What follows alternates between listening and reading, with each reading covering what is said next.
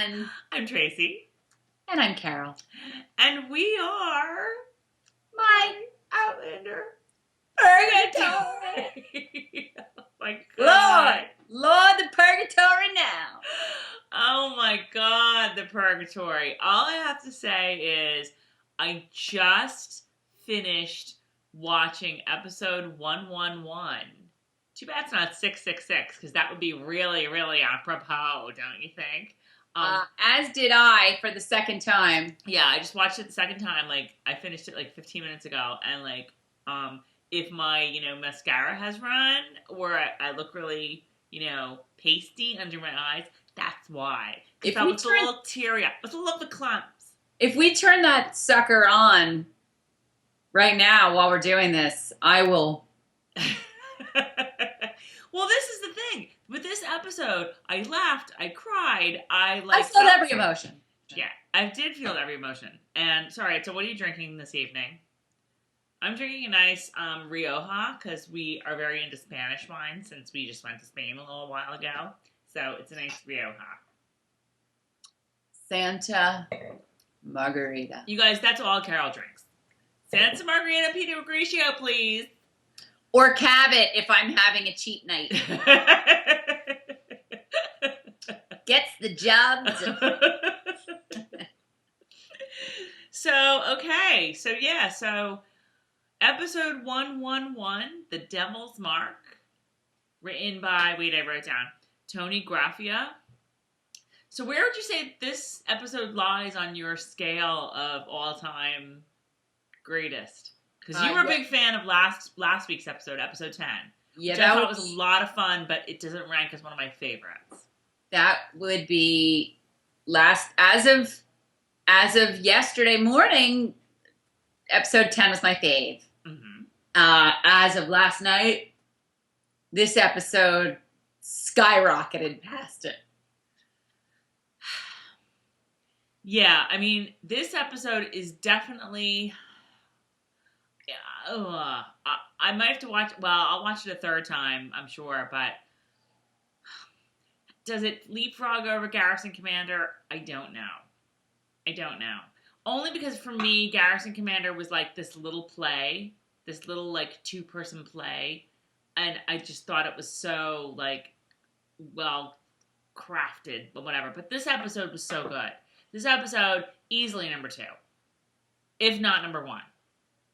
For me, Garrison Commander was just a whole hour of Tobias Menzies.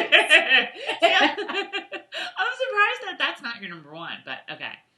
Let's just dive into it. All right. So the Easter egg, the birds. Very interesting. Yes. I've been doing, I liked the symbolicness of it. Like oh, shut up. I already see the eye rolling. And I'm going to have a lot of, like higher brow stuff to talk about, so shut up. That wasn't an eye roll. That was me trying to look like I don't have skin on my eyes that are hanging over. Honest to God, that was me going... No. Because whenever we do these at night, like later, and I'm tired, my eyes start drooping. And hi. So every once in a while, I'll go like this. And you just thought that was an eye roll. That's not fair. I just liked the whole, she gets into the whole Starling thing and how they used to go every year. Although, I don't know how she went every year, like when she was, hitting up, the local dig with Uncle Lamb. But I digress. And yet another thing that I said to myself, shouldn't Geillis be questioning this? What, the Starling? Where did she say she went? To Brighton. There were so many things that were said in this episode that I'm like, why aren't you picking up on that? I don't know if people went to go to the beach in Brighton or wherever. Maybe I'm just thinking of Brighton Beach memoirs, and that's why I'm thinking the beach in Brighton. Yeah, I don't know. I don't know. Yeah. Okay. So anyway, I thought it was like cool symbolism, flying free, escaping, blah, blah, blah, blah, blah, blah, blah, blah. It's all good. Okay. So, we get our little Easter egg, and then we're pretty much picking up where we left off last week. Claire and Geillis dumped in the thieves' hole. In the hole! In the hole. Stay in the hole. And so, clearly Claire is pretty mad at Geillis. I should say Geillis. Geillis is pretty mad at Claire. Geillis is all like, I kept your secrets, Claire. Why didn't you keep mine? Now, here's what I want to know. What secrets exactly has Geillis been keeping? I was just going to say that. I was like, which secrets are those? Yeah, because I'm not really sure. Like, I think there were a few things in this episode that were said that we never saw in the show, but we know if you read the books. Well, I don't even think that Claire really had any secrets on Geillis, like, in the books at that point. Yeah, but in the books they had a lot of conversation, they had more conversation. Much more conversation. Yes. I mean, and you know what? She could have, told her some secrets. I don't know. But that sort of went through my mind, Geillis, if we're keeping score on secrets, I think Claire really doesn't have that many to offer. But here we go again with stuff I can't say. Oh, what, from the books? Yes. Did you think of one? Can we have a spoiler alert? Yes, we can have a spoiler alert. Go. This is a major spoiler alert to spoiler alert to oh dear Lord, I'm going to say at least an Echo in the Bone. Okay, so spoiler alert. Yeah, if you haven't read all the books. Moby. Okay. Hi, I'm Buck. Yeah, but I don't know. I don't know that you can I'm not asking a question. I'm just saying it was hitting me as I'm reading this. You mean watching it? Or you mean... I mean, as I'm watching this, who Buck is... Are you just freaked out? I didn't even think of Buck. No, I didn't even think of Buck. I mean, now that you know Buck's story... It's just so cool to go back and see Geillis and her being... I guess I didn't like that part of Buck's story, so maybe that's why I didn't think of it. And that's for a whole other video about Moby. Oops, sorry. That's for a whole other video about Moby. Well, anybody who has read the series and is now watching and is caught up to Moby knows who Buck is. I mean, it's freaking me out. Oh, yeah, all right. Yes, and Voyager. Yes. And Voyager. Yes. And Geillis, you know why? Because I am genuinely liking Geillis right now. And you know what? She's a complete kook, but she's got the best heart and the best soul. And I know, because I've read through Voyager, she's gonna do a big old turn. Yeah. And that was actually, it's funny you bring that up, because that was making me kind of sad. Because I thought the same thing. I was like, you know what? I forgot that Geillis, risks a lot for Claire and really sacrifices a lot for Claire. Right. And then only to become totally cray-cray in Voyager. And Ian Fraser Murray does not... Are you still there? Mm-hmm. Can you not see me? No, all of a sudden something weird popped up. Ian Fraser Murray does not have a bigger fan than myself. So...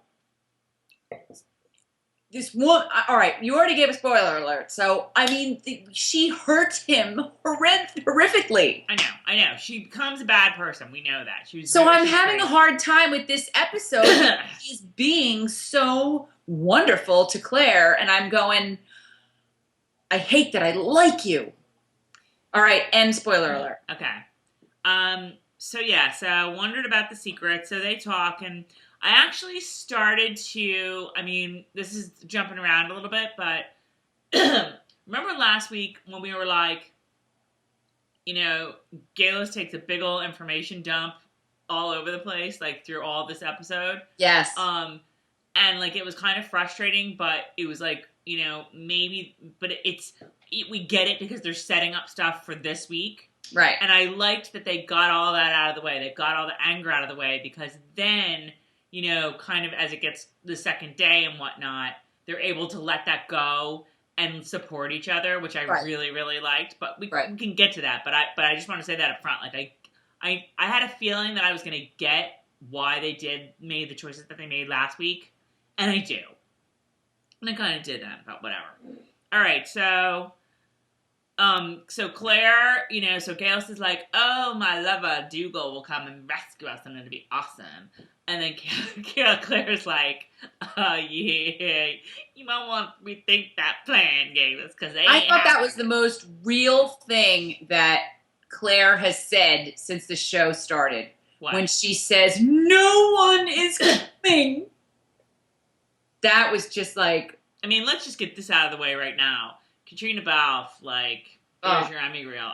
It's not like which scene you pick from that. It's which scene don't you pick from that. I know. I'm so happy for her, too, because she's so cool. Honest to God, if she doesn't get nominated for an Emmy for this, there's like an injustice, because she's really good. She's really good. Right. Okay.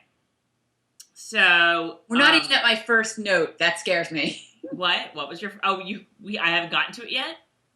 Yeah, I'm just saying, like, we're not even at my first note yet, so we need to move it along. Part of my notes are just like so that I remember what happens when, so I can sort of like recap it too. All right, so Claire's really pissed, and she's like, "You killed your husband," and like, I forget. No, that doesn't happen here. So Claire's just pissed. She's not gonna she doesn't want anything to do with Geillis. Whatever. Right. Which is a natural reaction. Yeah, given that she offed her husband. Totally get it. I would probably think the same thing with Claire. So next morning, they dig him out of the... I gotta say something. What? They didn't really make that big of a deal of the whole... Wasn't it in the book that she was sick? Didn't the note say that she was sick and she needed Claire's help because she was sick or something? Like, this note just said, come quick, and Claire went, and that was sort of it. I mean, Claire mentions it during the trial, but they really didn't make much of the fact that Claire was totally, like I said, she mentions being tricked into going by Laoghaire, but she's, you know what I'm saying? I mean, I didn't really feel the need to know. It wasn't that. I mean, it wasn't that important to me to know. It's very important to me because Jamie told her to stay put and told her to leave Geillis alone. Right. And she's in this predicament because she did not. She didn't listen. You just don't listen, Claire. Why didn't you listen? She did not obey. And I think it's huge. I think it's a huge thing. A huge thing. I mean, I just totally cut my hand, and I don't know why, but it really hurts. It's very weird. Excuse me. That's really bizarre. I don't know. Okay. So anyway, as I sit here, if I should begin to bleed to death, it'll make for a really interesting video. Oh God, this video is tanking. Oh my God, maybe I should put some alcohol on it. It must be sterilized. Go get the whiskey. What was? Oh yeah, no, I don't know. I mean, I just figured. Oh my God, that was gross. I'm gonna have to I'm gonna have to cut. Oh, I'm showing my bad root. I just figured that Claire inferred that wait, she needs me. Maybe Geillis had never sent for her like that before. So, whatever. I don't care. She should have done what Jamie told her to do. She should have done what Jamie told her story. To do. Claire, you just never learn. So, okay. So they take him up out of the thieves' hole. They drag him to the court. I just wrote down, well, it's not a maypole, Claire. It's not what? They were great in the midst of all of this drama, and there was a lot of drama and a lot of tears. There was also a lot of great lines, and Geillis' first really good line was, Claire's like, "Is that what I think it is?" Looking at the pyre. I can't say that word. Oh yeah. And Geillis is like, it's not a maypole, Claire. I have that written down. But then, do you know that I Googled maypole? Because I was like, how old is a maypole? Oh, I thought that too. I'm telling you, there were so many things that I'm like, wait. So what'd you learn? I didn't. I was watching the show, and I started Googling, and I was like, F this. I'm watching the show. All right, so they go in, they start... Also, wait a minute. Old-fashioned, I thought, gave Claire away, too. Claire said something about being old-fashioned. And I was like, would you say old-fashioned in the 18th century? Anyway, keep Yeah, going. but then you're talking about like doing stuff from the 16th century. Whatever. I just didn't think it sounded like a term from that time. But okay, keep going. All right, so they start things up, and then who walks in? Ned. He was just so great from start to finish. Tracey, I have written down Ned, and then I am happier to see this Ned than if Ned Stark walked out. Oh my God! Ned Stark could have used Ned Gowan. Oh, Because I bet you Ned Gowan could have even like changed Joffrey's mind. who Don't you could think? use Ned Gowan? Ned Who Gowan could is use a just little good. Ned Gowan. Like, tell me that you don't want Ned Gowan defending you in, like, if you have to go to small claims court or something. Oh my God. I'm right? Right? She drove a little too fast. Don't we all? Oh my God. Ned was just brilliant from start to finish, and I love every second of him. Okay, but how about Ned being there and Colum doesn't even know? She's like, Colum didn't send you, and he's like looking at her like, hell no. Yeah, well, I think that's how it went down in the books too. I don't But think Ned just got in trouble with Colum last week. Isn't he worried about Ned's pulling a Claire with Jamie? He's sort of Ned has a conscience. He does what's right. True. And, considering that he's, like, a defense lawyer here, kind of, like, juxtaposing, two different things. Do you remember who my Ned was when I was reading the books? Oh, I do. Wallace Shawn, right? Tobias Menzies would be happy to hear. I know. Tobias Menzies. By the way, if any Broadway producers are watching this, Tobias Menzies, when we interviewed him at the premiere, said that there would be a possibility of bringing his show that he did in London in January called The Fever, written by Wallace Shawn, that there'd be a possibility of bringing it to New York, that they would like to do it. So if any of their producers want to, like, stage a show, a really good show, like, call. We'll make it happen. We'll hook you up with Tobias. Right. But all I have to say was Wallace Shawn was my Ned Gowan when I was reading the books. My Ned Gowan now is, besides, whoever the actor is that's playing Ned Gowan. We should know. Which we should know. Bill Patterson? I think that's his name, Bill Patterson. But how do I know him? Oh, Ned you're Gowan. saying he plays Ned. Yeah. It's Paul Giamatti. Paul Giamatti is the American Ned. Don't you think? Oh my God, totally. Like Paul Giamatti, yes. Paul Giamatti from like John Adams. Do it, Tracey. Oh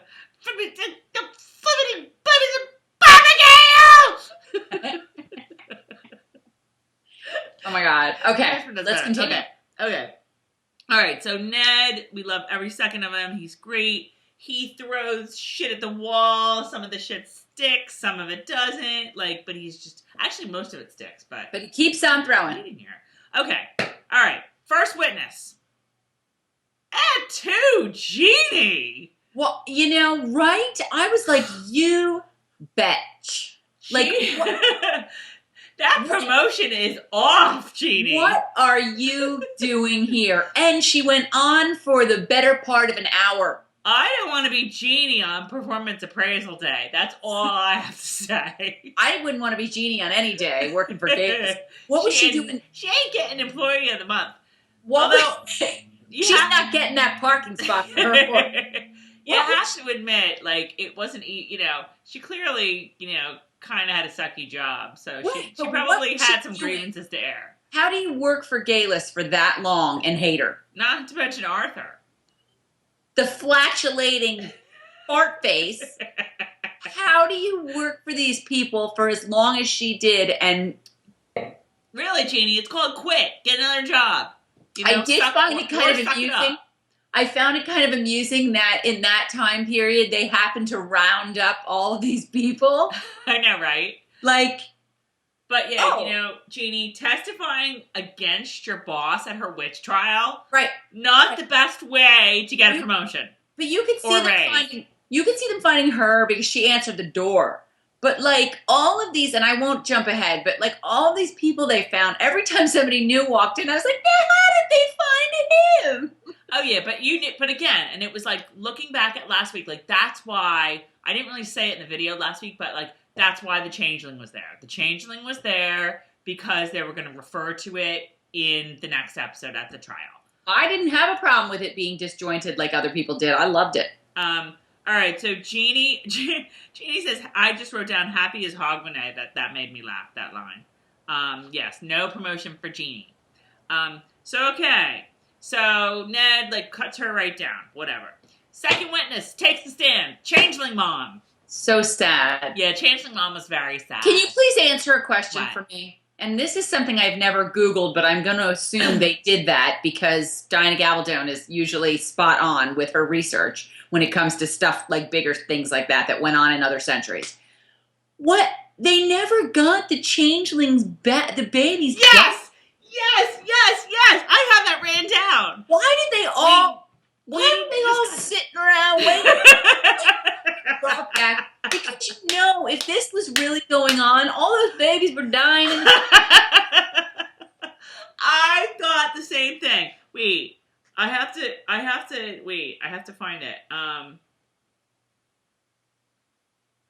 don't know. Maybe I was just thinking it, but no, I thought the same thing. Like, has there ever been a case of a changeling baby where the healthy baby was returned from the fairies? Like, has that ever happened in the history of changelings? I think we have to go ask Sookie Stackhouse. And, like, if it hasn't, like, maybe people would start figuring out that it's a load of crap. But see, they always, like, cover their asses, Carol, because they're always like, oh, but how happy you can be thinking of the changeling child or your own child that's playing, with the fairies for eternity. Oh. Living with the Fae and Colonel Sanders. So, like, but again, like, if a child has never been returned, anyone that like, isn't there something a little suspicious about that? Maybe it's time to go another route. But I will say this, too. Bravo to Ned Gowan, the smartest man that ever lived. The most interesting man in the universe, who treated the changeling mom with a combination, even as he was, like, deftly, like, skewering her argument. Right. He was sympathetic. Empathy. And so lovely to her that she never noticed that he's, like, totally sticking the dagger right in her to, like, blow off her argument. Like, it was brilliant. It was just brilliant. Yes. Welcome to a future witness. Keep going. I'll bring that back up again. I need to, like, bring Ned Gowan on, like, Law and Order or something. I'm sorry. Or, like, oh my God, crossover episode, Ned Gowan, Better Call Saul. Go. Jimmy McGill goes through the stones. I told you, I just want to know if anyone's ever seen Ned Gowan and Benjamin Franklin in the same room. Oh my God. All right. So, Changeling Mom, I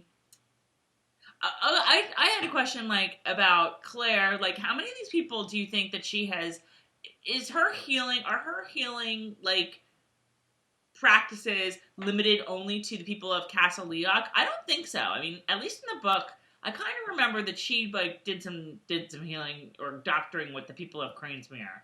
But maybe I'm wrong. I don't know. I put it this way. It wouldn't be odd at all. Because, like, when they go to collect the rents and stuff, she was with them, and you know what I mean? She's going to help anybody in need, right. So it wouldn't be odd at all. Right. I mean, I think that she probably heals half of the people in that room. But, like, how far away does Geillis live from Castle Leoch? I don't think it's that far. She's doing Dougal. Well, no, Cranesmere, I mean, Castle Leoch, Cranesmere is, I think, like, the biggest town, or the closest town to Castle Leoch. Closest because Claire hopped herself right on a horse mere seconds after I know, Jamie right. left and told her to stay where she was. You know, she jumped on a horse and went to see She stole a Geillis. horse too. Oh. And Leary got herself there when Claire saw her. Right. I don't think it's that far. I think it's like, maybe 15 minutes on horseback. I don't know. All right. Anyway, so. It's just a good stretch of the legs. So, okay. Third witness takes the stand. Dun, dun, dun. I don't know who it was. I wrote down some dude who hates Geillis. He saw her before Leary? What? Was he before Leary? Yeah. I thought he was after Leary. He was the last witness of day one. And he was a freak. I don't know. If I'm supposed to remember him, I don't. And the lightning. And he was just like, yeah, I saw Geillis turn into a bird. Yeah, and I love when he's like, the lightning and the thunder. And Claire's like... It's awesome. Oh, my God. Okay, so I don't remember how Ned cuts him down. I'm sure he does some way. But anyway, then court recesses for the day. They go back to the thieves' hole, night 2. Like I said, I like how they sort of got all the bitchiness and the anger out of the way the first night. And by the second night, shit's starting to get real. They're just beat and knowing they're gonna die. Right. And so they're both kind of like letting go of, the bad feelings. So they have a big session of girl talk. Geillis is dun dun dun a Jacobite. Oh. Then I just wrote down this whole scene was really good. Now we've talked about Katrina. Let's talk about Lottie. Okay, hang on a minute. I wrote whatever I wrote down didn't come out the way I wrote it down. But I have only one life to live for my country. Oh, I have that written down too, but it's a little bit later in the scene. That was like no. I'm saying it's like it says I have one retreat. I'm like, was that regret that I have but one life to live for my country? I just put Nathan Hale quote. Okay, so at that point, is that when Geillis knows? Well, I wrote that. I think so. I think that's. Look, I think that she has had her suspicions since day one. Why are you here?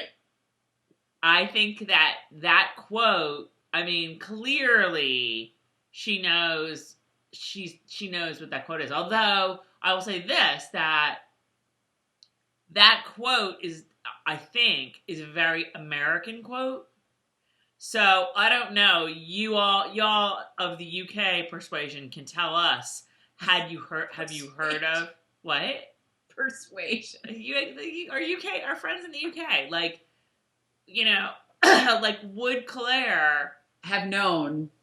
I mean, I don't know. Like, I don't know. Like, if there's a line that, like, Queen Elizabeth the First said, that all Brits know, but I would be like, huh?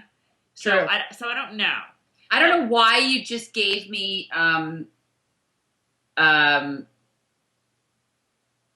Bridget Jones, but you did. Really? Okay. I don't know why that just reminded Bridget me. Jones. I'll take it.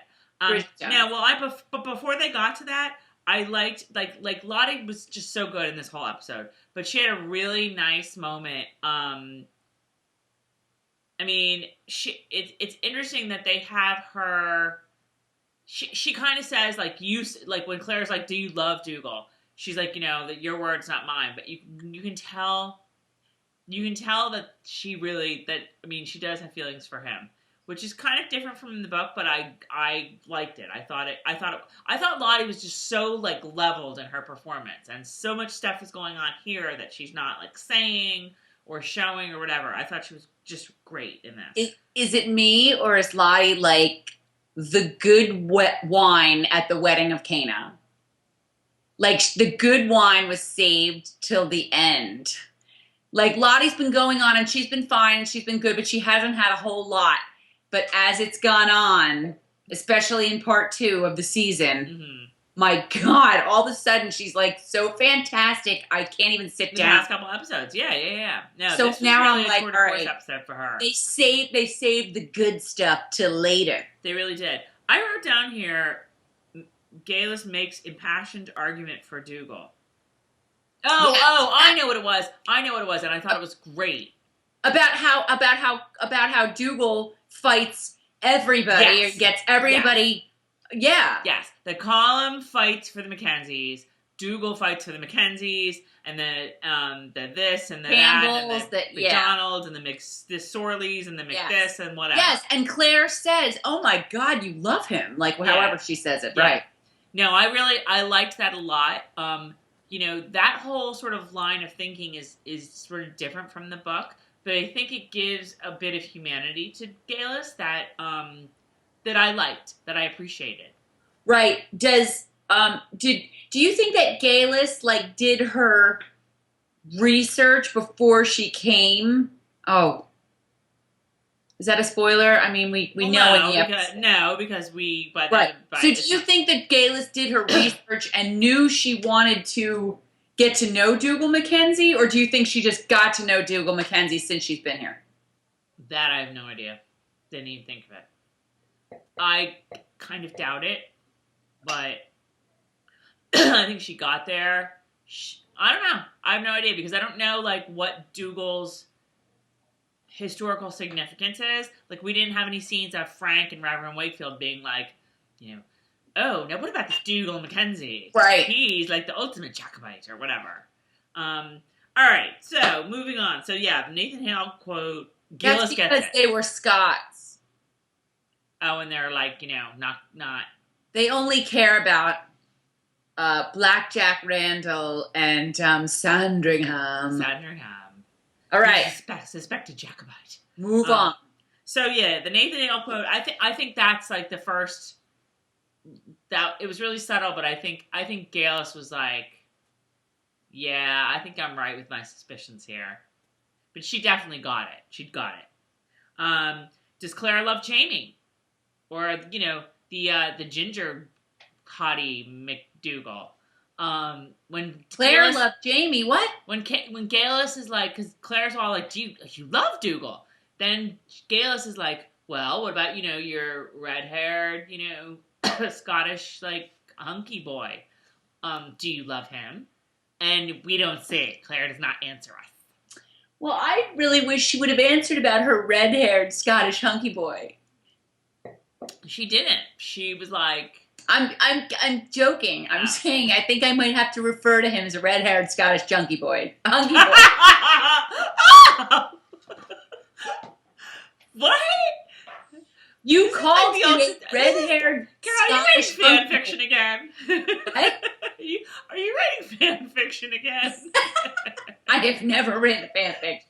No. Why would you write fan fiction when you could read the real thing again? Not that there's anything wrong with that. I don't mean to make it sound like I have a problem with fan fiction. I'm not a big fan fiction fan, but... I just don't write fan fiction. Okay. So it's morning. They've slept closer to each other, so fences have been mended. They come to get them. I really loved the moment of Claire puts her hand on Geillis' stomach. As if to say, I don't know that all is forgiven, but, we're in this together, and, we need to stick together, whatever. We're better or worse, we're bonded by this now. Do you know what I'm talking about? No. It's the moment where they're about to climb back out of the thieves' hole. Right. And Claire puts her... Remember Geillis wanted Claire to feel the baby kicking the night before? And Claire was like, get away from me. Don't touch me. Don't touch me, you murderous bitch.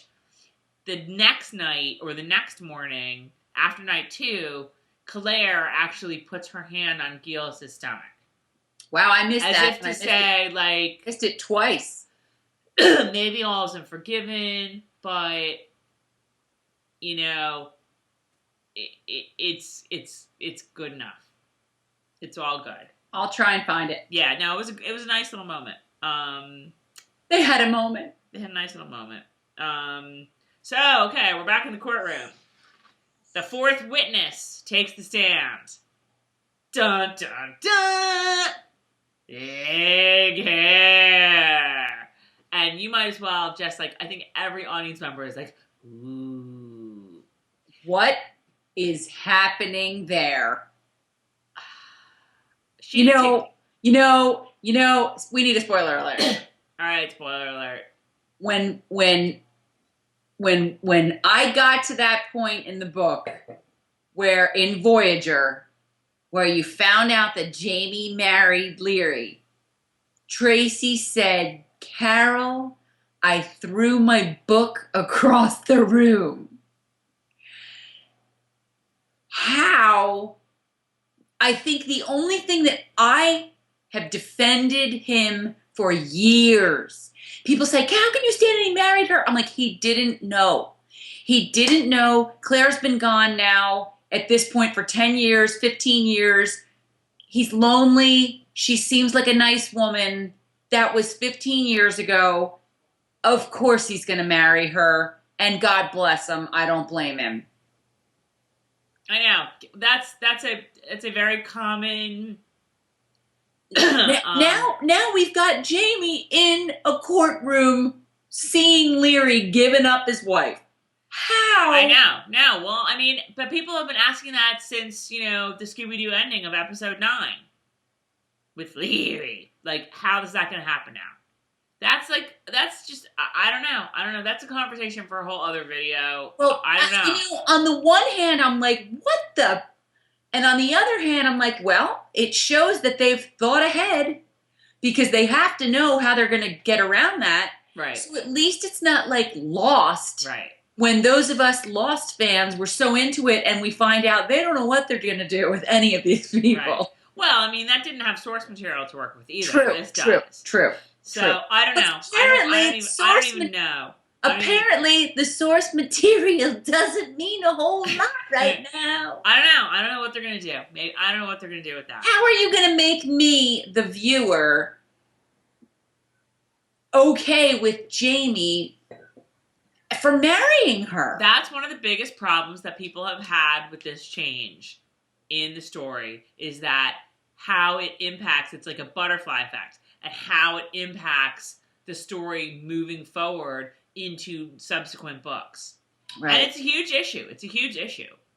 But we need to get to the part where everybody that is watching the video and you and everyone in the Outlanderverse heaps praise upon me for being right and calling it that Jamie told Claire about Leary and her hoeing.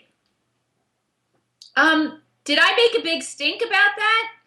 No, but but some people did. No, I think actually you might have. You might have been like, no, he wouldn't tell her. Because I didn't know. I think I have to go watch the video again.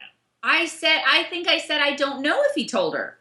All I know is when she says she tried to seduce my husband, I was like, called it. You don't know. He squeezed.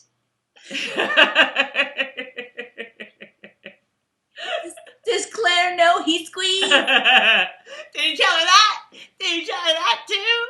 He don't want to get down with it. But it made total sense to me because, and again, I said that to you in response to you really didn't like the Claire and Leary scene from episode 10. And you were like, Claire would never bitch slap her. Claire would never get that upset. And I was like, well, maybe there's something we don't know. Maybe he told her. And I still, though, you got to give me credit for something. I noticed in this episode that the judge referred to her as a woman. Not a hoe? When Laoghaire said... I thought he was calling her trollop. When Weeho, remember when we used to call her Weeho? Weeho, uh-huh. Okay, that proves my point. When Weeho said that Claire slapped her, struck her, the judge said, "You struck this woman?" And it struck me as, excuse me. It struck me as, woman, what happened to the wee 16-year-old girl she is? And I feel like in the book, Claire saw her as a young girl. Not a wee girl, but a young woman, a girl. Right. Claire saw her as a 16-year-old kid. Right. Right, but you got to remember, the book did not have Leary trying to seduce Jamie, by the pond or whatever, and B, Jamie telling Claire about it.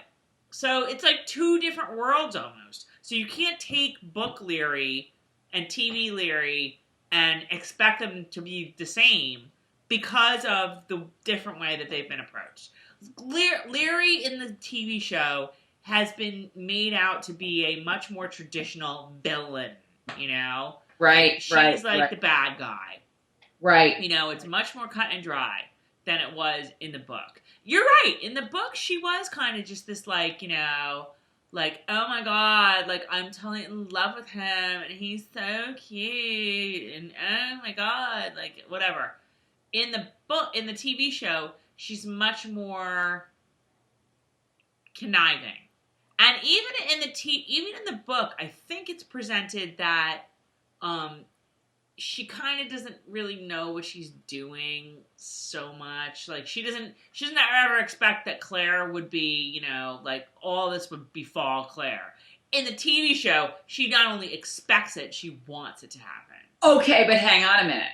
Because I don't know if it's just because I'm visualizing and I can see her that I feel bad for her still, but I am kind of feeling like, did she really? I do remember feeling like this when I read the book. Did she really? Yes, she wrote her the note, knowing that they were coming for Geillis, but did she really know the scope of what was going to happen to Claire? In the book, no, she did not. I really believe that. Okay, but in this, she absolutely knew the scope of it. After watching this twice, I'm like, when she went there to tell her story, right? Did she know how bad it was going to be? She's a 16-year-old kid. Does she know that they're really going to kill Claire? Yes. Yes, of course. She tells Claire. She tells Claire, "I'm going to dance all over your ashes, dude." Think about the ending of the previous episode. She's sitting there in the shadows, all happy that they're taking Claire away. She's not an innocent young 16-year-old girl. All right. Well, I have to get off the Diana Gabaldon train because I remember Diana Gabaldon saying, she didn't know the scope of what was going to happen, in and the obviously book. It's been changed. Whoa, let me finish. Hi. Go. Point. It's been changed for the show. Right. So I have, like I just said, I have to get off the Diana Gabaldon train because the Diana Gabaldon train has Leary not really understanding how bad it is. And in the show, as you're saying, it seems that she does. Right. Exactly. But anyway, going back to the whole I call it thing. No,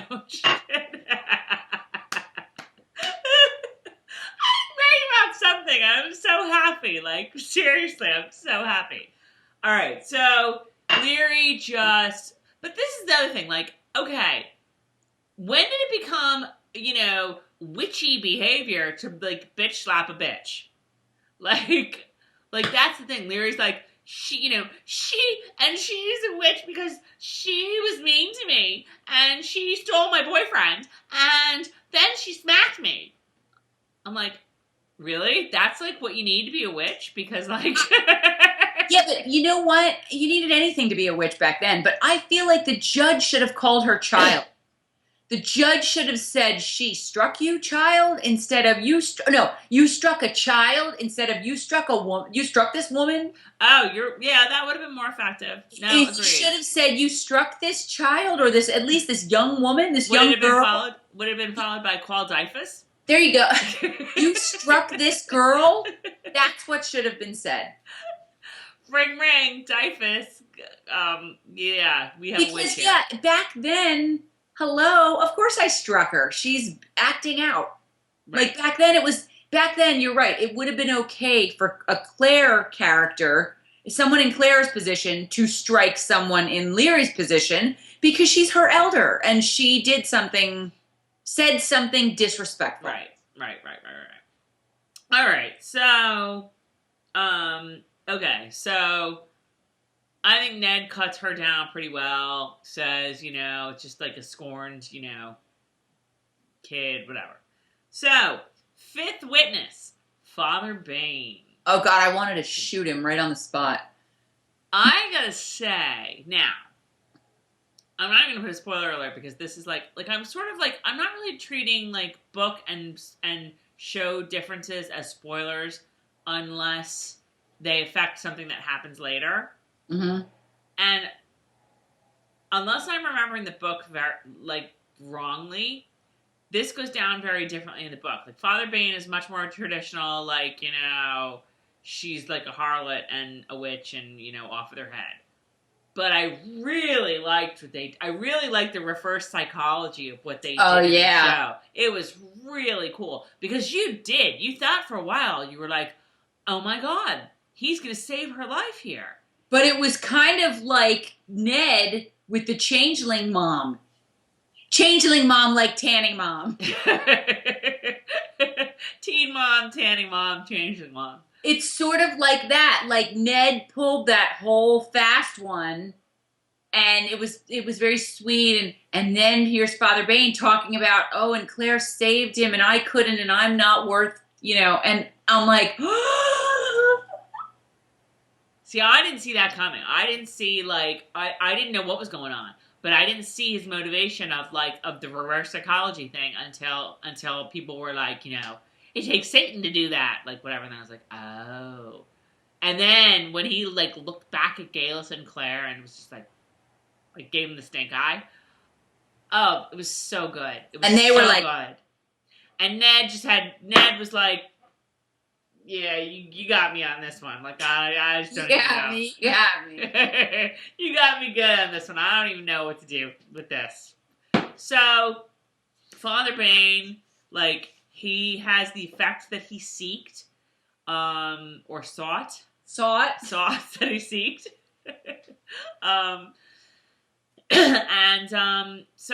So Ned is like, yeah, you guys are pretty screwed, so let's call a recess. Your Honor, may I have a 5-minute recess? I have something down about that. I just thought of something so funny in my head, so I don't know if you guys will appreciate this. Forget the whole, Better Call Saul. I want the crossover episode of Ned Gowan and my cousin Vinny. I want someone to go take the stand and be like, no, the defense is wrong. No, the defense is wrong.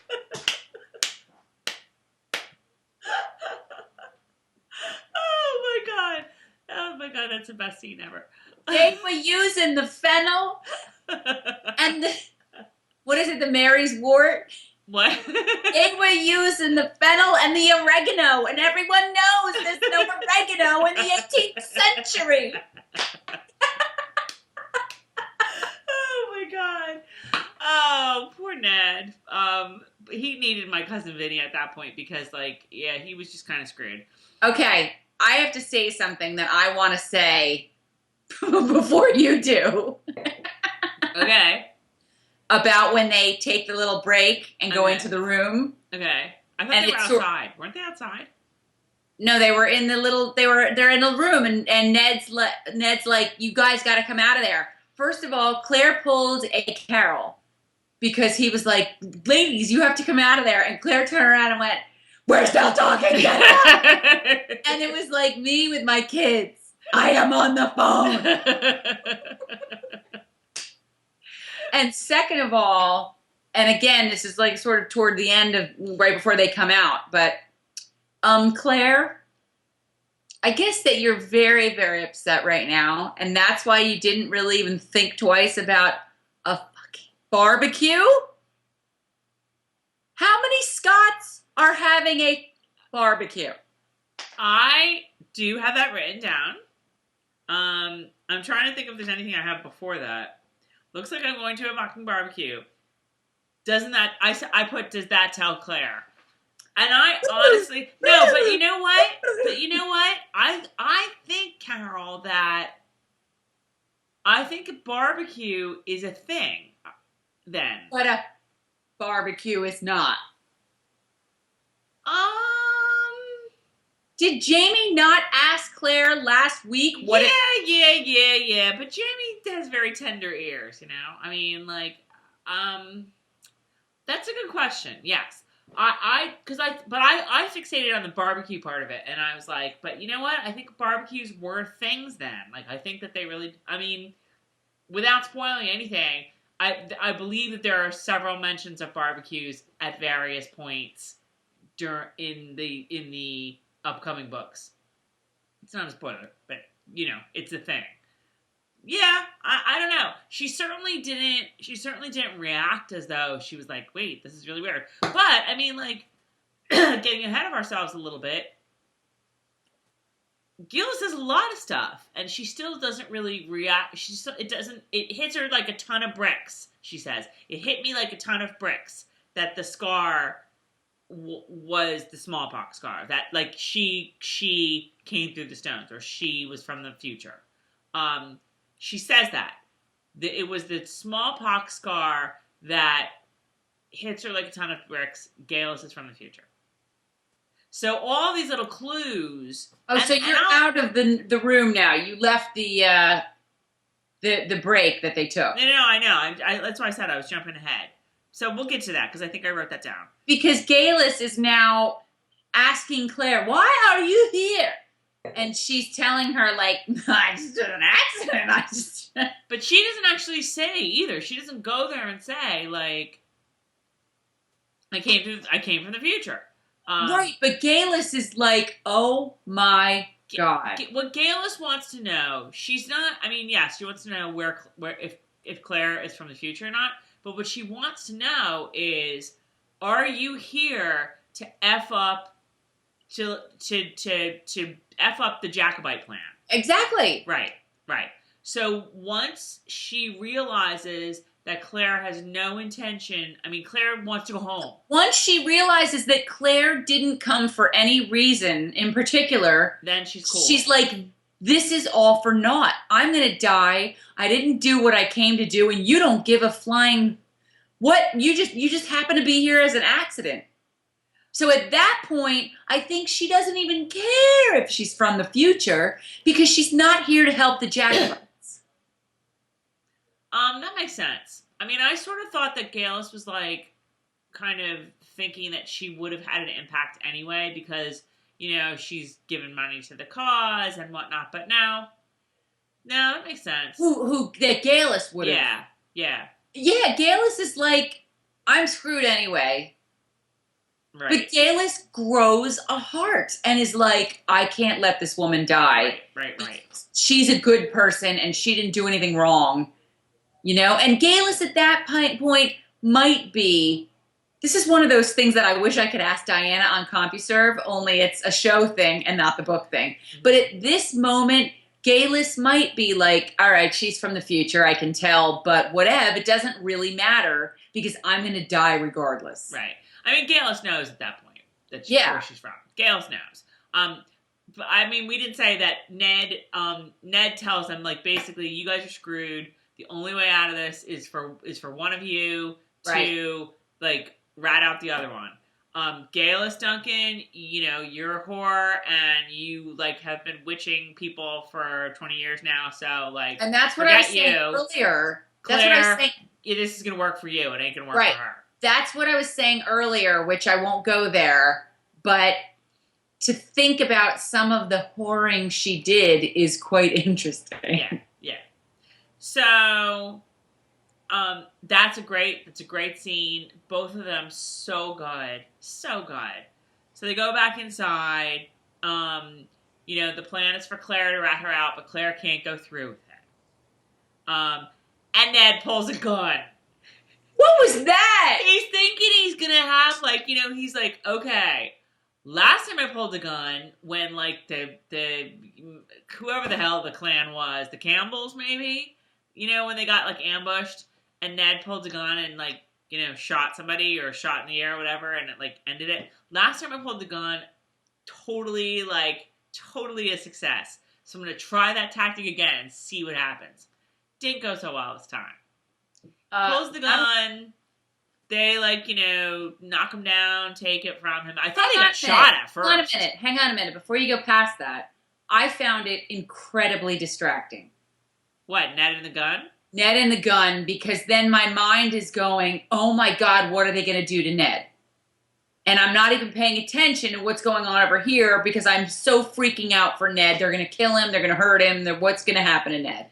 And she's screaming like, no, leave him alone, Yeah. Good point. I agree. I'll take that. I'll buy that. I couldn't even pay attention because I was so worried about Ned. And that I don't like. I don't want to be distracted like that while this is going on. So she can't go through with it. She can't go through ratting out Geillis. She says she has nothing to say. They both get pronounced guilty. She gives them some more lip. And that's because Claire helps people in her life. Right. There's no way Claire Beecham Randall Fraser is going to be able to say that somebody, bewitched her or whatever, right. knowing that they're going to die. Right. There's no way she's ever going to be able. It goes against every fiber of her being. And don't forget, again, she's really bonded to Geillis at this point. Go back to the whole hand on the stomach. That was a really symbolic moment. Right. She's not going to rat her out. It's not going to happen. Right. So, I think Claire, I think she mouths off at somebody. She's yelling, "You're all murderers!" Blah. Yeah, but why do they take her away to get beaten? I forget. Because she was yelling and screaming, "You're all murderers!" All right. So they're flog her or whatever. They drag her to the back. They rip off her dress. Boom, boom, boom. Awful. Just like what happened to Jamie the back. I know. And then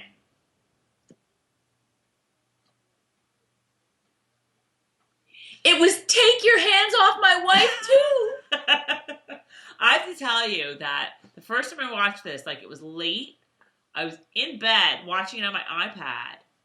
And, I literally, sat up in bed and went, oh, yeah. My poor husband, probably totally woke him up. But, whatever. Yeah, because this is different than the book. So you kind of didn't know when he's going to show up. No, he showed up about that time in the books. Yeah, but it's totally different. They're, in the river and stuff. Well, they're outside. And how do you like that they totally never did that whole test to see if they're witches? Yeah, they do. They the whole witches test where, if they float, they're a witch. They're not a witch, but if they float, they're, dead as well. I know. Tom thinks that's the funniest thing he's ever heard. So either way, they're pretty screwed. So, anyway... So, Claire's getting flogged and Jamie shows up. And that moment, that whole... My God, now Sam Heughan starts having his Emmy roll. It was like John Wayne showed up. It was like John Wayne showed up. It was awesome. He has 2 swords, and there's 16 people with swords around him, and he's just I took an oath, and the whole thing to protect this woman. That whole exactly how I pictured it from the book. Do you think that whole thing went down exactly how I pictured it? I always pictured it like him on the horse. Didn't he come riding along on the horse? Yes, but you're not allowed to bring horses into the kirk or wherever. So and this was my big "All I Want Is You" from U2 montage. So right with the playlist, right? Slow mo, I just see the whole thing. Oh, I have curse words in my notes. They all effing back off, and I didn't write effing. Best scene ever. Yeah, it was just so. It was so great. It was so great. So Geillis, says hold up, I am a witch, and here's my mark of Satan. Now we need to discuss this a little bit because This is in the book. The vaccination mark is a very important thing in the book. It is how Claire recognizes that Geillis is from the future. Right. But the thing is that Geillis does not draw attention to it in the book. Only Claire notices it. Right. So your thoughts on that? So everybody kind of knows now. Like, my fear is, Mrs. Fitz has helped her dress. I mean, Jamie later on we find out has noticed that scar. Mrs. Fitz has helped her dress. Who knows what other little castle wench has helped her. Does it matter? Does it this now is the mark of the devil, right? Right, but does it matter? Probably not. No, that's true.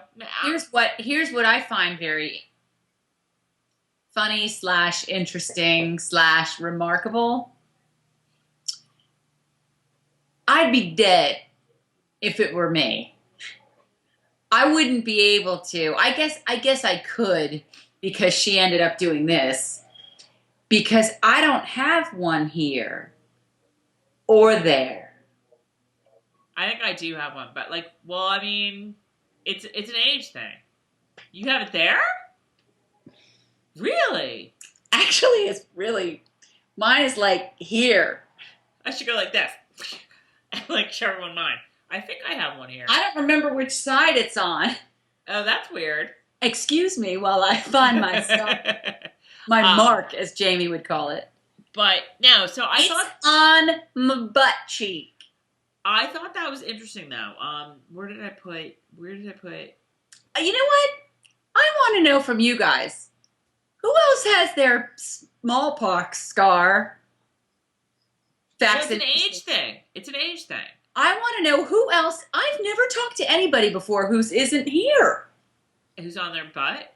Why is it on my butt? Does anybody else have one on your butt? You should ask Pat's R why it's on your butt. It's like my hip butt. It's like my hut. It's on my hut. Pat's R isn't going to remember. Pat's R doesn't remember what she had for dinner. Of course she remembers. She remembers all the doctor shit that we did. She totally does. She could tell you, she'll tell me about, things that, doctor things that she took me to when I was, a baby. Absolutely. I'll ask her. We'll see. Okay. But anyway, I just want to know anybody else who's hanging with us right now. I want to know if any of yours are on your hut. But anyway, so the fact that everyone saw that, obviously gives Jamie much more impetus to be like, are you really a witch? But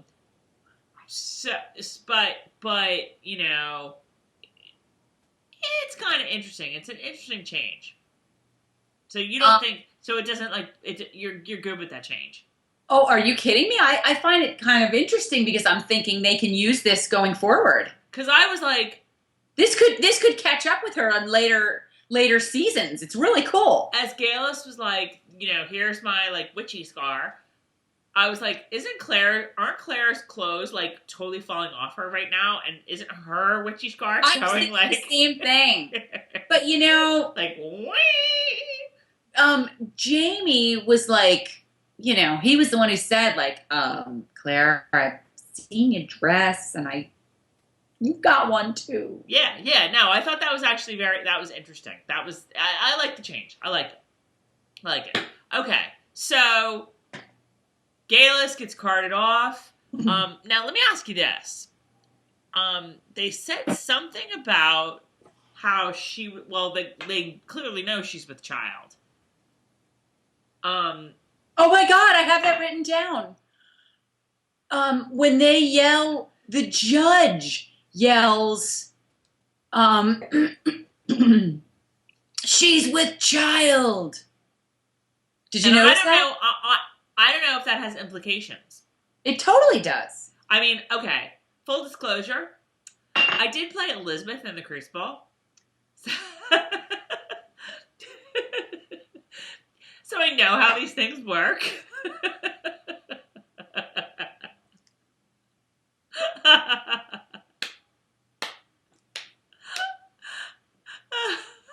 The hell is that? Is it Pez? I'm bringing The Walking Dead into our Outlander conversation. Oh, great. I don't know that. Yes. So, like, in the Crucible, Elizabeth is pregnant, and so she, like, has to, like, rot in jail until she has the baby, I think. I don't even remember, but I don't know. But there's definitely, like, so that's left very, like, nebulous about, like, what's going on with that. Well, I noticed that he screamed, the judge yelled, she's with child. Like, the judge is being cool. Like, yeah. You might want to be careful of her. And she's crowd surfing. Okay, like Geillis is like moshing. Like, I was like, what? I was like, that's funny. Yeah, so, is this a Fall Out Boy concert? Geillis and Satan Spawn get, like, crowd surfed off, and we don't know what happens. Quite natural. Yeah. Unnatural. Yeah. So that was some good prosthetic work, too. Like, she really looked, that, I don't know if that was CGI or... Tom said that, too. He was like, how did they do... I was like, she's got a prosthetic belly bump. Yeah, no, good work. Good work for the special effects people. All right. Gotta move on, because we are already at 1 hour, 7 minutes on this. Lord help us. We still have half a page of notes. Okay, I'm okay. Those are all of my trial notes, and now yes, I'm at... We're out of the trial. We are riding hard. We are getting space between us and Castle Laoghaire and the trial. Okay, here we go. I'm not going to make it through this. Okay. I am not going to make it through this. I'll tell you what, Tracey and I didn't discuss this, except for there was one thing that I texted her today when I was sitting in the school parking lot at school pickup, and I had to text it to her, and it killed me. I don't remember what you texted. You're going to tell me that I'm jumping, so fine, jump. Okay. So, all right, so we stopped. I beat you for it. Oh, we'll get to that. We'll get to that. I honestly don't... I remember I cried twice the first time I read it last night. Or I watched it. Oh my god! Do you need more wine? I need a moment. Talk amongst yourselves. I'll give you a topic. Like that guy, who's the guy, Fodor? Who's the guy, Hodor from Saturday Night Live, who does the Club Kid? Hodor. And goes... Hodor. I have such a problem. He's beating himself. All right. Before we get to that, so we stop. The first thing I have written down here, because I didn't write beat by beat, but I wrote down the honesty, secrets, but not lies line. Yeah. For those of you who haven't read the books, during the wedding scene, in the very beginning of the wedding scene, Jamie has a really famous line that says something along the lines of, I know you have secrets. I think there's room for secrets, but not lies. So let's let everything that we tell each other, as long as it's the truth, you can have your secrets, but what you tell me needs to be the truth. So basically, what he says today in this episode is a very well-known line from the book during the wedding scene. So Clara proceeds to tell Jamie the truth. And the truth. And more of the truth. And lots of the truth. It was like the wedding night when Jamie was doing... I know. I thought that too. She told him, she spilled her guts. Now I have to say this. I think that this whole sequence to the very end was extraordinary. Oh my God. 99.9% of it was right out of my head reading the book. Sam and Kat were phenomenal. And I told you this last night or this morning. There was one thing that made me very sad and disappointed. And I really wish they hadn't done this. And I was like, oh, really? Really? Can you guess what it is? I'm so tired. I can't guess what it is. Just tell me. Claire, talks about, like, this is a vaccination, and I can walk through a room full of sick men and never catch it, and I know what's going to happen to the Jacobites. Foreshadowing! Blah, blah, blah. Which she doesn't, in the book, she doesn't tell him until they're at the stones. And that's, right. like, the last thing she says to him before she's going to go back through, which is, Jamie just promised me that you won't do. You have to warn people about Culloden. There's 4 words, and the 4 words that made me very sad are, "I'm from the future." Get the DeLorean. Doc, I'm from the future. Wait, I have to high five you right through the camera because that's exactly it. That's something you say when you step out of the DeLorean or you step out of the TARDIS. And you have the helmet and the... Or you, like, you're Arnold and you're naked and you're in the Terminator. Like, I'm sorry. And again, they did so good. They did so good with this. But what? Why? Are we that dumb? Is Jamie that dumb that, like, he couldn't figure it out from everything else she said? That just made me very... It was like, those 4 words were like... It was like here comes a Tracey analogy, because people are liking my analogies. It was like listening to, like, the most, like, moving, like, symphony on a record player or whatever. And it's so moving, and then all of a sudden the record goes... like, scratches it. Totally took me out of the moment and into, like, yeah, like, it wasn't Mackenzie, it was McFly.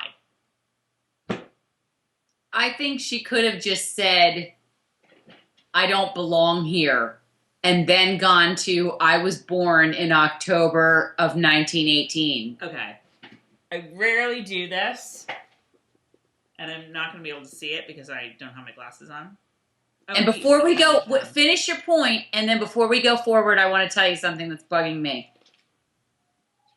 We really need to hurry this along. I'm not gonna be able to find it, but basically she says, she says all this stuff like, I can walk through a room full of men and I can sex and whatever. Do you know why? Do you? Because do you know when my birthday is, or the year I was born? I was born October, whatever, 1918, 200 years from now. Like, the way she says it in the book is not like she just stepped out of the DeLorean. Yes. Nanu. Live long and prosper. That, all right, I had to get that off my chest. Yes.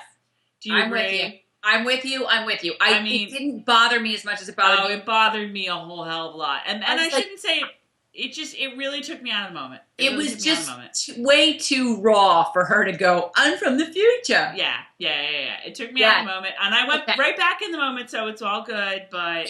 Yes. And I don't mean to pick, but I'm going to get the picking out of the way now.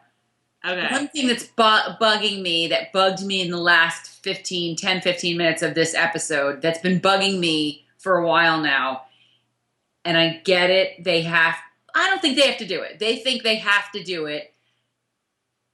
If I see one more of this, I am so sick of seeing him put her hair back. So that, to me, is a porn move. I mean, seriously, we get it. Like, we don't always need to see her perfect face and her lips. It's real to have some hair in your face sometimes when you're having that delicate of a moment. Don't worry about it. Like, they need to stop. Not Sam. They need to stop. They probably yell cut and say, okay, you're going to have to move her hair out of her face so the audience can see her face. This isn't Claire does. Claire does Graysimere. Oh my god. You know what I'm saying? Like, enough with the hair out of her face. It's fine. Leave it alone.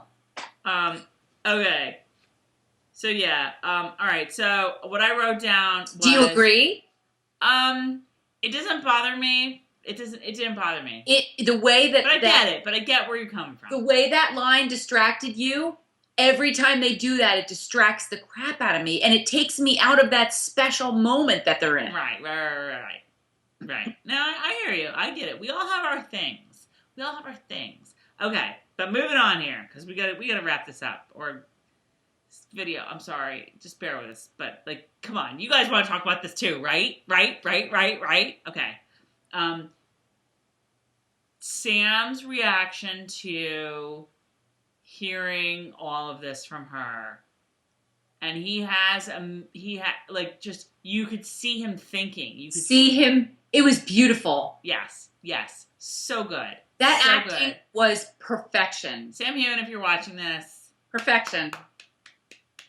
golf clap because it was so it was good. you could see him making a decision in his head. You could totally see it. It was just so And good. she couldn't see it. And we could see that she couldn't see it. Right. And then they couldn't see that we could see that she could see that we... You don't know that we know they know we know. Okay. No, you think I drank the poison, but you drank the poison. Okay. Yeah, the one thing it didn't match up to I saw her in the book as having much more nervous energy and like walking around and stuff, saying all this stuff. She didn't seem like she cared as much as I thought she did. I mean, they had I guess they wanted like one shot or like a very still shot. Whatever, I think they wanted it worked. It all worked. I think they wanted the non-readers also to really think she was going back. Right. Okay. Now we're at least in my notes, the point where it says, "And I beat you for it." And all I can have... Oh, you're still there. I'm like at the Stones. Oh, no. No. I just have this written, if you can see it. Perfection. How much more is there? I don't remember where I cried in the first viewing, but on the second viewing, that's the first place I cried. And I beat you for it. Like, note perfect. And that got me in the book, too. Note perfect. Right. Exactly. Just so good. Another note perfect. Wait. What? I thought you turned it. I thought you like put the video on, like, and we're listening to it. Never mind. No, I have a few things to say About that moment. No, but around there, I don't want to go past it. I just was gonna say, the other like letter perfect moment was, it would have been a good deal easier if you had been a witch. Oh God, it was great. So great. Great. Yep. He really is, Jamie. I mean, like, I watched it. I would love to have a conversation with Diana about that scene and just be like, were you crying? Like, did you just cry? In fact, I might have to tweet her. I cannot stop did thinking. you just cry from start to finish? I can't stop thinking about her while I'm watching him. Because I'm thinking to myself, I'm picturing her, because she would say, oh, I saw some of the reels or whatever, and I'm picturing her watching this thinking, spot on. I mean... What did she say, Jamie Fraser to the bone? I mean, it's uncanny how they have jumped into my brain. I know. But you know what? Really, that just shows how amazing she is at being descriptive, because she explains every feature, every detail of these characters. So there isn't a whole lot of room for, well, I see him like this. Well, I see him like this. You know what I mean? Mm-hmm. It's just perfect. Yeah. It's as if she picked him and nobody else did. Right. No, I would love to hear just how she felt like watching.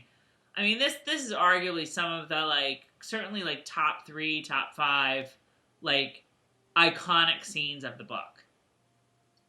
And which is why it's now once again my favorite episode. Right. it must just, I don't know. I can't even imagine how she would feel watching this. Okay, so what's your thing next on the? All right, so they start to move on. They're traveling. Jamie's talking a lot about life at Lollybrock, which made me like, knowing what was coming, I was like, I'm not sure why you're like telling her all about your great life at Lollybrock and how awesome it's going to be, because that's not your plan, but whatever. Right. I think he's just trying to tide her over because it takes a while to get there. But that's one of my comments, was that when he was at the river, and she's like, I tried to listen and imagine Lollybrock as my home. And I have written down, but Jamie was skinning that damn whatever it was, and it was grossing me out hard. And I have, you're going to tell me I'm getting ahead again, but I have to say it. Just let me say it, and we'll go through it. Yeah. But then he got to third base, and I had no problem envisioning Lollybrock as my home forever. It's funny because, that scene, I was like, Jamie's like, giving himself a bit of an unfair advantage here. Like, leaving her like with some fresh, memories. But that actually does. That actually does happen more or less in the book. So I had to laugh because I was like, boy, this isn't real life. She's sound asleep. She'd be like, get up. But no, I that did kind of surprise me. Like all, sort of chirpy, happy Jamie, like talking about their life, their life is gonna be like in Lollybrock, and it made me curious about like, was that his intent to take her back to the Stones all along? And where are they right now? In my notes? No. I believe they're on the ground outside of a campfire. At the end of the episode? When that happens, when that takes place. Oh, yeah. You mean when the little like bomb chicka bomb bomb moment takes place? Yeah. Now in the book, I guess he doesn't say anything about it until... All right, I'm getting ahead of myself. Oh, no. The book, because I went back and I read this part. The book, he's very quiet. He doesn't really say much. They ride for about like 3 days or whatever. He's very quiet. They don't say much. Yeah, you don't know what I'm talking about, and I'm going to hold off until a few minutes. Okay. So then... So anyway, they arrive, he's like, okay, well, we're here. And how does she not know it? How does she not I know, I thought the same thing. Like, she knew when she was, like, out for a walk at the Glen or wherever, like, oh, wait, I totally know. I think she saw the Stones, like, up on the hill or whatever. But no, she has no clue. So she sees her at the Stones. And he's like, take a look. And she's like, it was like Laura Ingalls and her dog running up in the prairie. So... Okay, here's what I wrote down. First of all, I love his boots and trousers look. I'm sorry. If you have to choose between Jamie in a kilt or Jamie in those boots and trousers, his breeks. I'm sorry, people. The breeks and the boots. Yeah, I started with every the boots. day.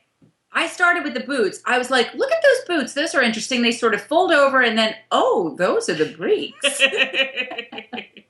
Nice. Okay. I also have written down, even with the rings, there's no contest. Gorgeous. I want that ring. I know, right? And at that point, Tom asked me, I was going to text this to you last night, but I figured I'd wait. Tom asked me if I'd like him to make me a ring from the key from our front door.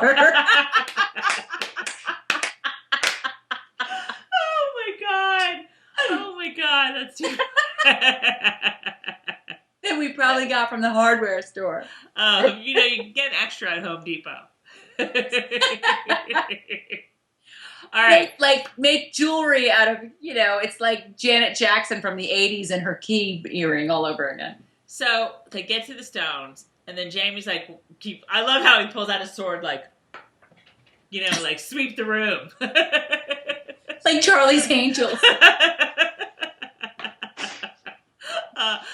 So, there's the coast is clear, so he puts it back in. Then what I thought was sort of interesting was that, like, you know, he's like, all right, was it this one? She's like, yeah. And he, like, goes over and, like, puts his hand on it. She's like, isn't she How a does he little know worried? it's that one? Isn't she a little worried that he's, like, something's going to happen to him? And how does he know it's that one? Because she tells him. He's like, is it this one? She's like, yeah. How does he know to say, is it this one? Because maybe it's the biggest one. I There's don't like know. 5 million stones around here. And he goes, is it this one? Why, yes, it's this one. But no, didn't that was a little weird. Like in the book, she was She like, went- "Oh my god, don't touch it! Be careful, be careful!" And here it was just like, yeah, no. Well, I said to Tom when they went up there, I was like, I don't know how they're going to do this, because didn't she sort of start disappearing? Well, yes, and we need to talk about this because I found this is possibly the most interesting thing and the most like pondering thing for me of the whole episode, which is that in the books, here's how it goes down in the books. In the books, first of all, in the books, it becomes clear that while Jamie says he believes her, Mm-hmm. he really doesn't. I mean, Yeah, he really he's doesn't. like, He there's really a little doesn't. bit more. And he's there's a like, little well, bit- we're here. Okay, so this is it, right? Come on. You know, whatever. Yeah, And he there's puts a little her bit hand. more anxiety in the books. And they also talk about her age, don't they? Oh, well, good point. Like, they didn't go there. There's a little bit, the books, it's like there are a lot of different emotions. Like he's so upset, but he's a little bit angry. And yeah, in this, he's just like very level-headed. He believes. He Yes. believes. That's a huge difference between the show and the books. Book Jamie was at this point, I think he was skeptical. He didn't quite believe it. More of a little more Yeah. doubting Thomas. Book, yes. I was just gonna say, Until Book she Jamie touched that stone. did not believe till he saw it, because what happens is he puts her hand on the stone and she starts to go, and then the next thing you know, And it's another Back to the Future moment when the photograph is disappearing. right. And the next thing you know, she's waking up, and he was like, "Holy shit! Oh my god! You just like started to go. Oh my god! Yeah, I believe. Yeah, I totally get it. It's all good. It's all real. Oh my god! This TV Jamie is totally taking this on faith, and that's a real statement to me. Like, you know, that's a real difference. Yeah, but you know what? He's not 20th century Jamie. He's 18th century Jamie. And although he's been around and doesn't believe most of the nonsense, he believes some of the nonsense. So it's not crazy far-fetched for him to believe this, because they believe a lot of wacky shit. I guess so. I mean, I don't know. I mean, I need to think about like what that says about this Jamie as opposed to book Jamie. Which doesn't matter, right? Because this isn't book Jamie. Right. No, right. I get it, but I mean, you do have your impression of book Jamie, and how does TV Jamie need to change for you? And what this says about TV Jamie is like, really, it's really late, so I'm like, my brain's a little fried, but he trusts more, maybe. He's willing to believe Claire no matter how crazy or nuts it sounds. He believes her. He's never seen it, and yet he believes. I was going to say something sort of spoilery, but I'm not going to. But I'm not going to. This is because of his Christian background. Well, no, because he doesn't believe in he's just as much Christian or a Catholic or whatever in the books. I'm saying, I'm drawing a parallel to Jesus Christ. Oh, no, but it's very interesting to me that he takes it on faith. This Jamie, TV Jamie, is not way more about, but like, he's really like from the get-go, from the time Claire was like, yeah, I'm from the future. He was like, okay, I believe you because you are telling me this. Right, but he's not like that with everyone, just Claire. He knows and has known since the second he met her that she is good. Right. And I think in some ways it makes their connection, if not stronger, then certainly more Well, certainly, yeah, stronger, but like almost more, not spiritual or mystical, but it gives them a connection that they did not have in the book necessarily. Right. Do you remember when they were driving, when they were riding the horses when she first met them and she looked up to the rock and she warned Jamie, this is an ambush. They're up there. And I think, because of things like that, yeah, he believes her. She's never not been correct. Right. No, that's really true. All right, we have to wrap this up because I'm starting to get really tired. I can't even read my own writing. What else did you have? I have Jam takes it on faith. Did they like, so Jamie's like, this is it. We have to part now. And of course you're crying again. As I was, I'm sure. I was a mess. Yeah. And he leaves and she's like, what should I do? And then she like steals herself and she walks towards the stones. Did you think it was going to end there? Yes. Episode? Yes. I said to Tom, oh my God, I can't believe they're going to leave us like this. It's like freaking Sopranos. But it would have been it would have been good. No, I would have killed someone. I think if they had left it there until next week, they wouldn't have been able to do the next scene, but the way they did it, but it would have been cool. I think it would have been. It wouldn't have made sense. No. But it would have been a neat ending, is my point. It wouldn't have made sense for the next scene. It would have been a frustrating ending. You have to get that out of the way and then move on. Yes. But I liked how they ended it. It would have been neat to end it there.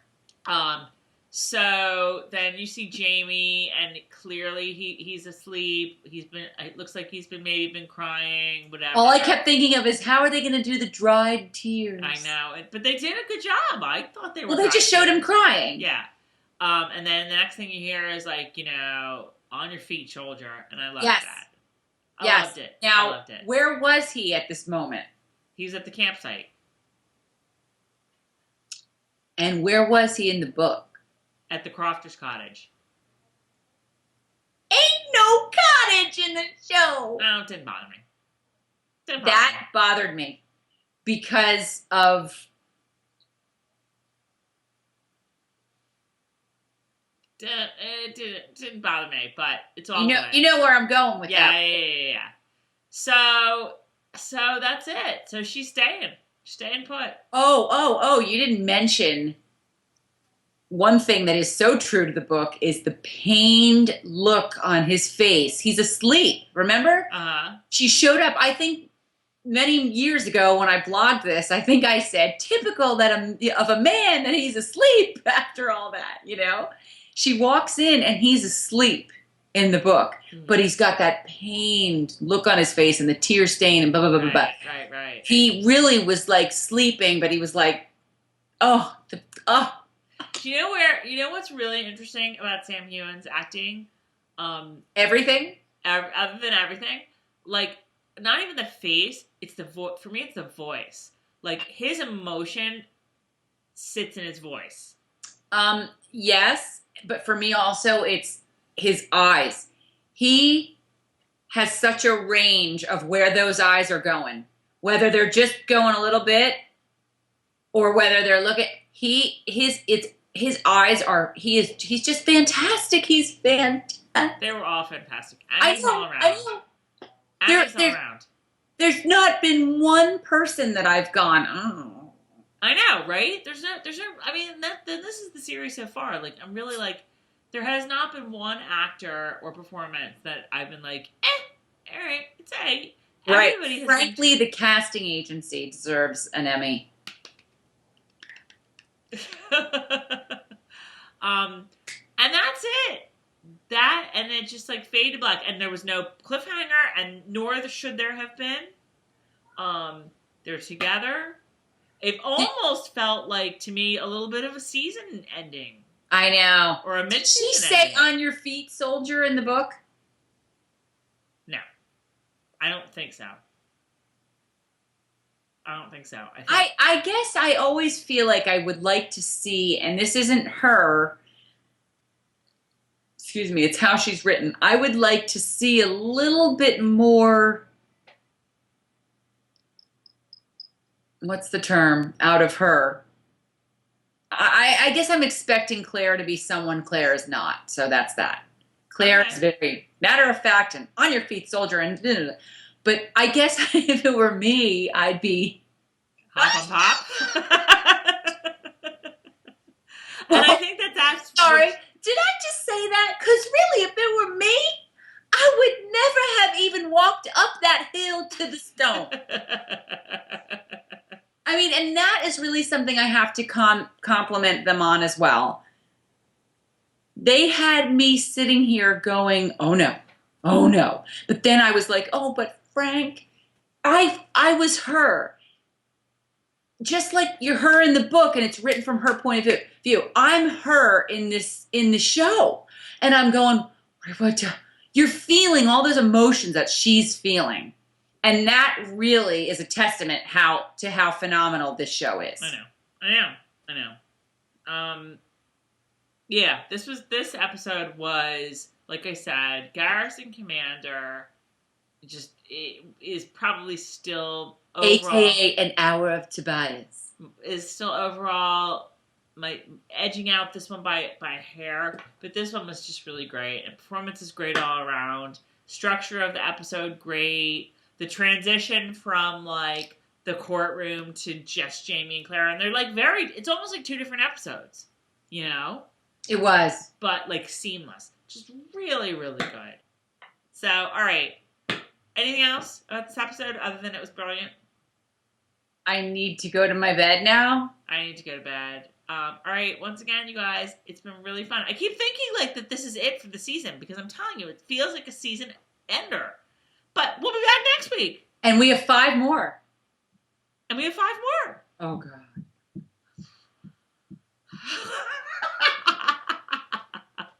I don't know whether you're looking at me like that because you have 5 more weeks of like having no life or you know what's coming. All right, you guys. It's been totally fun. We have to go to bed. Comment on the blog, on YouTube, on Facebook, on Twitter, on Instagram, although we didn't use Instagram that much, but we'll try to do it more. I did the other day. I know. I saw it was very good. Good for you. I need more free time. Life is a lot different now than it was when I was blogging every chapter. Right. All right, guys. So, have a great week, and we will see you next week for episode 112. Bye.